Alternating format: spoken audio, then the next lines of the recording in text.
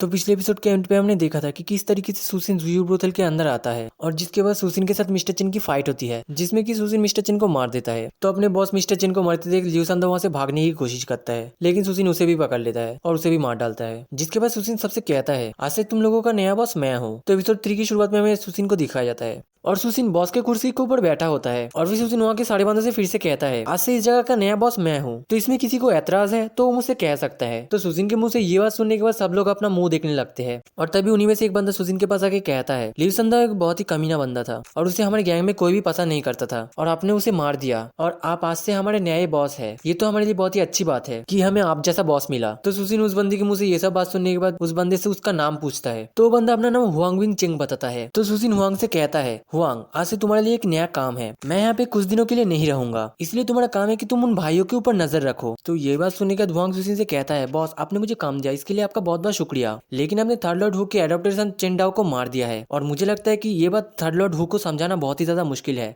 जबकि हमें सुसिन की तरफ दिखाता है, सुसिन अपने मन में ही सोच रहा होता है कि उसे उसके सिस्टम ने मिशन दिया था कि लियू सांदा को मारना होगा और उसे फ्लाई ईगल गैंग का नया बॉस बनना होगा, लेकिन सुसिन ने पहले लियू सांदा को मार दिया है और वो फ्लाई ईगल गैंग का नया बॉस भी बन चुका है, लेकिन अभी तक उसे सिस्टम की तरफ से मिशन कंप्लीट होने का कोई भी नोटिफिकेशन नहीं आया है।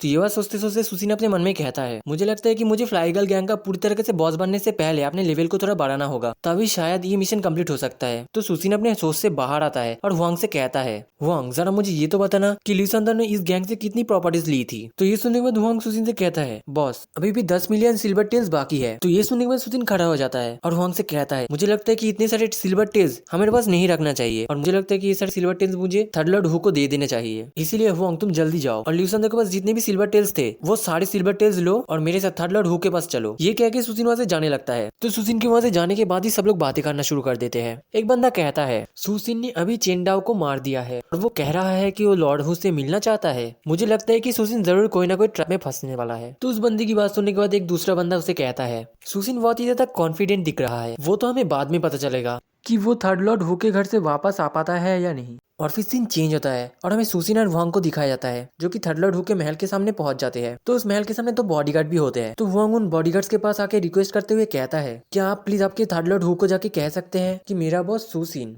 आपके बॉस के साथ कुछ बातचीत करना चाहता है। तो बंदा कहता है, ओ आप लोग हमारे थर्ड लॉर्ड हु से मिलना चाहते हैं, वो अंदर आपके लिए इंतजार कर रहे हैं, आप प्लीज अंदर जाइए। और फिर हुआंग और सुसिन के अंदर जाने के बाद वो दोनों गार्ड बातें करना शुरू कर देते हैं। एक बंदा दूसरे बंदे से कहता है, ब्रदर वांग तुम्हें क्या लगता है कि आज ये बंदा यहाँ से जिंदा वापस जा पाएगा। तो ब्रदर वांग उस बंदे से कहता है, मुझे इस बारे में नहीं पता, लेकिन अगर ये बंदा यहाँ से जिंदा वापस जाता है तो शायद वो फ्लाई ईगल गैंग का लीडर बनने का काबिल है। तो बंदा फिर से ब्रदर वांग से पूछता है, लेकिन आपको ऐसा क्यों लगता है। इसीलिए तो क्योंकि उसने थर्ड लॉर्ड हु के एडॉप्टेड सन चेन डाओ को मार दिया है, इसीलिए। तो ब्रदर वांग उसे कहते हैं, नहीं ऐसी बात नहीं है, मैं उसे इसलिए ऐसा कह रहा हूँ क्योंकि उसने चेन डाओ को तो मारा ही है और वो बंदा हिम्मत करके उसी बंदे के एडॉप्टेड फादर के पास आया है, इसीलिए मैं कह रहा हूँ इस बंदे में कुछ तो खास है। और फिर सीन चेंज होता है और हमें सुसिन को दिखाया जाता है जो कि थर्ड लॉर्ड हु के सामने होता है और थर्ड लॉर्ड हु सुसिन से कहता है, सुसिन मैं तुम्हारी हिम्मत की दाद देता हूँ क्योंकि तुमने मेरे एडॉप्टेड सन को मारने के बाद भी यहाँ पे आने की हिम्मत की है। तेरे अंदर सच में बहुत ही ज्यादा हिम्मत है और तुम सच में बहुत ही ज्यादा बहादुर हो। तो ये सुनने के बाद सुसिन लॉर्ड हु से कहता है, मैं यहाँ पे इसलिए नहीं आया हूँ कि मैं बहुत ही ज्यादा बहादुर हूँ, बल्कि मुझे पता है कि आप मुझे नहीं मारोगे। तो सुसिन की बात सुनने के बाद थर्ड लॉर्ड हु सुसिन से कहते हैं, तुम्हें ऐसा क्यों लगता है, मैंने अपने एडॉप्टेड बेटे चेन डाओ को 20 सालों तक परवरिश के बड़ा किया है और तुमने आके उसे मार दिया और तुम आके ये कैसे कह सकते हो कि इसके बदले में मैं तुम्हें नहीं मारूंगा। और फिर थर्ड लॉर्ड हु अपने हाथ के ग्लास को तोड़ देता है और फिर सुसिन से पूछता है, आखिर तुम इतने कॉन्फिडेंट कैसे हो कि मैं तुम्हें यहाँ से जिंदा वापस जाने दूंगा। तो लॉर्ड हु की बात सुनने के बाद सुसिन उनसे कहता है, क्योंकि मैंने आपके बेटे चेन डाओ को मार के आपके ऊपर बहुत ही बड़ा एहसान किया है, इसीलिए मैं इतना कॉन्फिडेंट हूँ। तो ये सुनने के बाद लॉर्ड हु सुसिन से पूछता है, आखिर तुमने मेरे ऊपर कौन सा एहसान किया है। तो सुसिन लॉर्ड हु को बताता है, आपकी उम्र इस साल 50 साल से ज्यादा हो जाएगी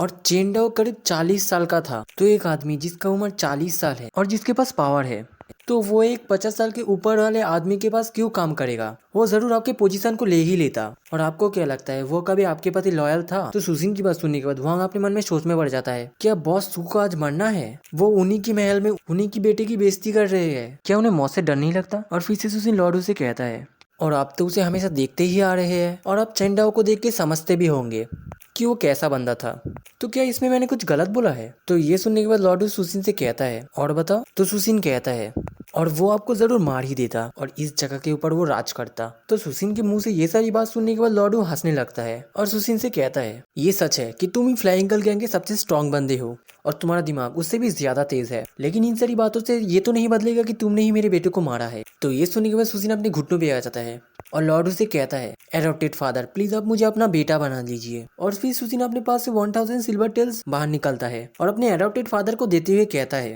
इसमें ज्यादा तो नहीं है, लेकिन ये मेरी तरफ से आपके लिए एक छोटा सा गिफ्ट है। तो सुसिन की बात सुनने के बाद लॉर्डो अपने जगह से खड़ा होता है और सुसिन के पास आके उससे वो सिल्वर टेल्स लेता है और सुसिन से कहता है, सुसिन मैं तुम्हारे बारे में बिल्कुल सही था। और फिर लॉर्डो सुसिन से फिर से कहता है, सुसिन क्योंकि आज से तुम मेरे बेटे हो, इसलिए मैं आज से और अभी से तुम्हें मैं हमारे फॉरेस्ट ऑफ जॉय के इंचार्ज बनाता हूँ तुम, और फ्यूचर में मैं इस बात को हमारे पूरे गैंग मेंबर के पास में भी पहुंचाऊंगा। तो लॉर्ड हु की बात सुनने के बाद सुसिन उन्हें थैंक यू कहता है और फिर से लॉर्डो सुसिन से कहता है, सुसिन जबकि आज से तुम एक बॉस हो और तुम्हारे पास सारे ऑर्डिनरी गैंग मेंबर्स हैं, इसलिए मैं तुम्हें 2 अच्छे बंदे देता हूँ जिनकी स्किल बहुत ही ज्यादा अच्छी है, और ये दोनों बंदे तुम्हारी हर बात मानेंगे और ये फ्यूचर में तुम्हारे बहुत काम में भी आएंगे। और फिर लॉर्डो उन दोनों बंदों को बुलाते हैं तो वो दोनों बंदे आ जाते हैं। तो इनमें से एक बंदे का नाम ली वाई है जिसे कि हम ली बुलाएंगे और दूसरे का नाम जी गैंग है। तो लॉर्डो सुसिन को इन दोनों के बारे में बताते हैं। लॉर्डो बताते हैं, ली हुआई और जी गैंग ये दोनों मेरे लिए बहुत सालों से काम कर रहे हैं और इन दोनों की स्किल्स बहुत ही ज्यादा अच्छी है। तो जी गैंग सुसिन से कहता है, बॉस सू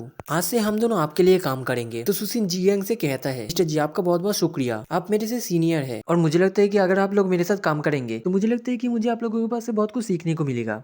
और फिर लॉर्ड ली हुआ और जी गैंग से कहता है कि तुम दोनों कुछ देर के लिए बाहर जा सकते हो क्योंकि मुझे सुसिन से कुछ अकेले में बातें करनी है। तो ली हुआ और जी गैंग के बाहर जाने के बाद लॉर्ड सुसिन से पूछते हैं, सुसिन मैंने सुना है कि तुम इंटरनल स्किल की प्रैक्टिस कर रहे हो। तो लॉर्डो के मुंह से ये बात सुनने के बाद सुसिन थोड़ा सा घबरा जाता है और लॉर्डो से कहता है, फादर आप ये कैसी बात कर रहे हैं, लोग तो ऐसा वैसा कुछ भी कहते रहते हैं, आपको उन लोगों की बातों के ऊपर विश्वास नहीं करना चाहिए। तो लॉर्डो सुसिन से कहता है, सुसिन तुम्हें मुझसे डरने की कोई भी जरूरत नहीं है, मैं तुम्हारा इंटरनल स्किल ले नहीं लूंगा, सच बताओ तो मुझे भी इंटरनल स्किल आती है। तो लॉर्डो के मुंह से ये बात सुनने के बाद सुसिन लॉर्डो से पूछता है, लेकिन मैंने सुना है कि गैंग लीडर और उनके 3 खास बंदों को ही सिर्फ इंटरनल स्किल आता है। तो ये बात सुनने के बाद लॉर्डो सुसिन से कहता है, ये बात बिल्कुल झूठ है, उन लोगों को कुछ भी नहीं आता। और फिर लॉर्डो सुसिन को चाय पीते पीते बताते हैं, शुरुआत में फ्लाई गर्ल गैंग में सिर्फ 30 बंदे थे और अगर गैंग लीडर को इंटरनल स्किल आता तो वो क्या हमें इंटरनल स्किल नहीं सिखाते। मुझे तो लगता है कि गैंग लीडर को इंटरनल स्किल नहीं आता है क्योंकि इंटरनल स्किल मेहनत से सिर्फ हासिल नहीं होता, उसे हासिल करने के लिए तुम्हें टैलेंटेड भी होना होगा। क्योंकि मैं खुद 40 सालों से इंटरनल स्किल की प्रैक्टिस कर रहा हूँ, लेकिन मैंने 108 एक्यूपंक्चरों में से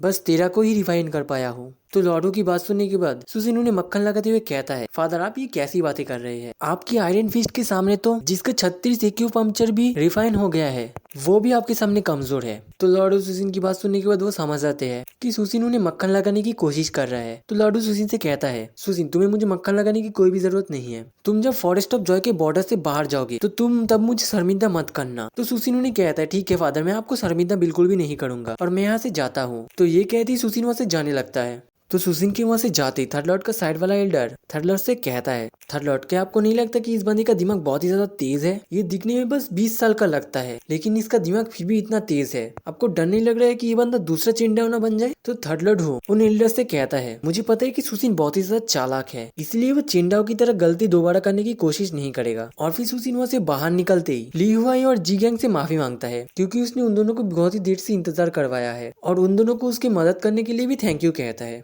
तो ली हुआई सुसिन से पहले ही कह देता है, सुसिन तुम खुद को मेरा बॉस समझने की कोशिश मत करना, वो तो थर्ड लॉर्ड कह रहे हैं कि तुम्हारी मदद करने के लिए, इसीलिए मैं तुम्हारी मदद कर रहा हूँ, इसलिए तुम मुझसे ज्यादा एक्सपेक्टेशन मत रखना। तो ली हुआई की बात सुनने के बाद हुआंग गुस्सा हो जाता है और ली हुआई के ऊपर चिल्लाते हुए कहता है, तुम इतना एरोगेंट कैसे हो सकते हो, इसलिए तो क्योंकि तुम थोड़ा सा फाइट में अच्छे हो। तो जी गैंग पीछे से सुसिन से कहता है, बॉस सू आप ली हुआई के बातों का बुरा मत मानिए, वो हमेशा से ही ऐसा है। तो ठीक है अब मैं यहाँ से जाता हूँ और मेरा जितना भी सामान है मैं वो सब लेके आता हूँ और हम आपके साथ आपके नए घर पे चलेंगे। तो ये कहते जी गैंग और ली हुआई वहां से चला जाता है। तो उन दोनों के जाने के बाद हुआंग सुसिन से कहता है, बॉस सू आप जरा मिस्टर जी की तरफ देखिए, ये बंदा दिखने में कितना सीधा साधा लगता है। तो हुआंग की बात सुनने के बाद सुसिन हुआंग से कहता है, हुआंग देखो जो कुत्ते काटते हैं वो कभी भोंकते नहीं है। और यही पे सीन चेंज होता है और हमें सुसिन को दिखाया जाता है जो कि अपने घर पे आ जाता है और आते ही अपने बहन से मिलता है। तो सिनर भी अपने भाई के पास दौड़ते हुए चला आता है और आके सुसिन के गले लग जाता है और तभी सिस्टम की तरफ से भी नोटिफिकेशन आता है कि उसने अपना मिशन कंप्लीट कर लिया है और उसे 10 विलेन वैल्यू और उसी के साथ उसे एक प्राइमरी क्यूआई नरिशिंग पिल मिला है। सुसिन सिनर को अपने पास से हटाता है और कहता है, सिनर तुम अब बड़ी हो चुकी हो, तुम्हें अब ये बच्चों जैसा काम बिल्कुल शोभा नहीं देता। और फिर सुसिन सिनर से कहता है, सिनर चलो मैं तुम्हें आज हमारा नया घर दिखाता हूँ। सिनर भी कहते हैं ठीक है